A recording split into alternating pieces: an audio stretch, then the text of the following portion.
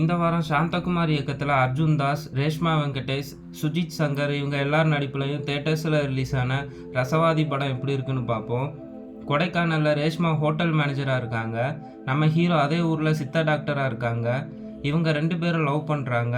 அந்த லவ்வை பிரிக்க ஒரு போலீஸ் ஆஃபீஸர் ட்ரை பண்ணுறாரு. அவர் எதுக்கு அப்படி பண்ணுறாரு? நம்ம அர்ஜுன் தாஸ் உண்மையிலே யார்?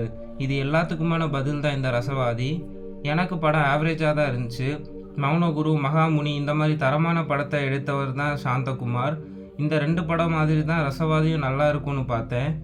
இந்த 2 படம் மாதிரி இல்லைனாலும் ஒரு சின்ன ஸ்டோரியில் நல்ல ஸ்க்ரீன் பிளே எழுதி பெட்டராகவே படத்தை கொண்டு போயிருந்தாங்க. வில்லன் சுஜித்தோட ஆக்டிங் வேறு லெவலில் இருந்துச்சு. அவருக்கு வில்லன் ரோல் கரெக்டாக செட் ஆச்சு.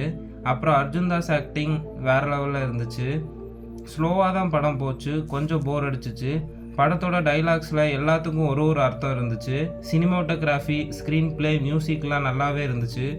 படத்தில் 2 பாட்டு தான் இருந்துச்சு. அந்த 2 பாட்டுமே நல்லா இருந்துச்சு. மௌனகுரு, மகாமுனி அளவுக்கு இந்த படம் இல்லை. அதனால எக்ஸ்பெக்டேஷனை கொஞ்சமாக குறைச்சி வச்சு படத்தை பாருங்கள், உங்களுக்கு பிடிக்க சான்ஸ் இருக்குது. ஃபேமிலியாக இந்த படத்தை என்ஜாய் பண்ணி பார்க்கலாம். எந்த ஒரு அடல்ட் சீன்ஸும் படத்தில் இல்லை. நான் இந்த படத்துக்கு 2.75 ரேட்டிங் கொடுக்குறேன்.